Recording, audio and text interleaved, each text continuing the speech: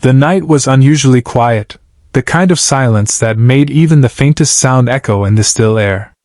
Daniel, a poor mechanic in his late 20s, was closing up his small roadside garage. His hands ached from a long day of work, the scent of oil and rust clinging stubbornly to his clothes. He dreamed of rest, of finally sinking into his worn-out mattress, when suddenly a sharp noise broke the calm, a car sputtering, choking, then dying just a few yards down the dark road. Curiosity tugged at him. He stepped outside, wiping his hands on an already stained rag, and spotted the vehicle. A sleek, expensive car stood awkwardly on the roadside, its headlights cutting across the lonely street. Next to it stood a young woman, no older than her early 20s, her posture tense, her phone raised high in search of signal. Daniel's heart stirred. This wasn't just a breakdown, it was midnight. She was alone. Vulnerable. Without thinking twice, he walked toward her. "Need some help?" he called out gently, not wanting to startle her. She turned, her eyes wide, cautious at first. Then, seeing his grease-stained overalls and the small garage behind him, relief softened her face. "My car just stopped," she said, her voice trembling slightly. "And I can't reach anyone." Daniel offered a reassuring smile. "Don't worry. Let me take a look." Without hesitation, he popped the hood and got to work. Under the weak glow of a street lamp, his hands moved with practiced ease, despite the fatigue weighing on him. She watched silently, amazed that a stranger would step in so willingly. For Daniel, it wasn't about who she was or the car she drove. It was about making sure someone didn't have to face the night alone. The hood was propped open, and Daniel leaned over the engine, his fingers moving with steady precision. The night air was cool, but sweat dotted his forehead as he tightened bolts and checked connections under the faint glow of the streetlight. The young woman stood nearby, hugging herself against the chill, her eyes fixed on him with a mix of worry and admiration. "You don't have to do this," she said softly, guilt lacing her voice. "I can wait for a tow truck, really. I should pay you at least something before you start." Daniel shook his head, his lips curving into a faint smile. "No need for that. I'd never leave someone stranded at this hour. Just be patient with me." She fell silent, watching the way he worked, his rough, calloused hands steady and sure, despite the grease that seemed embedded into his skin.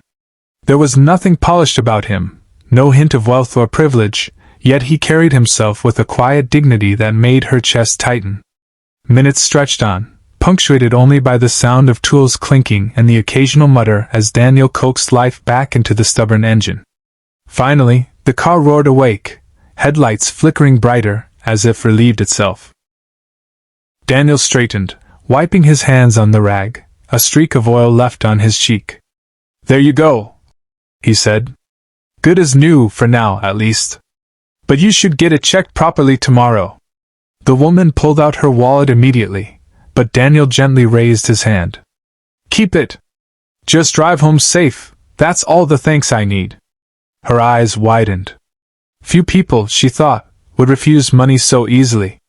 In that moment, she realized he hadn't just fixed her car, he had restored something far rarer, her faith and kindness. The next morning, Daniel woke early, as he always did. Life as a small-town mechanic didn't leave much room for rest. He poured himself a cup of weak coffee, pulled on the same faded overalls, and prepared for another long day. His garage barely made enough to cover rent and food, but it was his pride, his way of surviving with dignity. Just as he was finishing a repair on an old pickup, a shiny black sedan rolled up to his workshop. The driver, dressed sharply in a suit, stepped out and said, "Are you Daniel? My employer needs some work done at her residence. She heard you're honest and skilled." Daniel blinked in surprise. Word-of-mouth jobs were rare, especially ones coming from wealthy neighborhoods. Still, work was work. He packed his tools and followed the car. The sedan led him through streets that grew wider, cleaner, richer. Eventually, they pulled up before a grand mansion, its tall gates opening silently as if welcoming royalty. Daniel hesitated, suddenly self-conscious of his stained clothes and scuffed boots.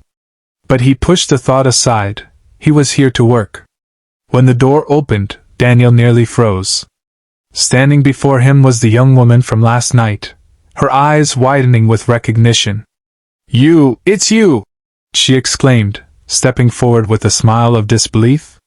Before Daniel could respond, another figure appeared beside her, a graceful woman in her 50s, elegant and commanding. The resemblance was striking. "Mother, this is the man I told you about," the young woman said eagerly. "The one who helped me last night." Daniel's heart skipped. Her mother, Mrs. Collins, was one of the most influential businesswomen in the city, someone whose name he had only ever read in newspapers. And now, she was looking straight at him. Mrs. Collins studied Daniel with a curious gaze, her eyes sharp yet kind. She had spent years in boardrooms, surrounded by people who only acted generous when money was involved. But the story her daughter had told her, the mechanic who refused payment in the dead of night, was something rare. "You helped my daughter when she was alone and vulnerable," Mrs. Collins said, her voice firm but warm. "And you asked for nothing in return? Tell me, Daniel, why?" Daniel shifted uneasily, lowering his eyes. "Ma'am, it was late. She was stranded. I just did what anyone should do. I don't like to see people in trouble when I can help." The older woman tilted her head, clearly impressed by his humility. "Most would have taken advantage of the situation. You didn't."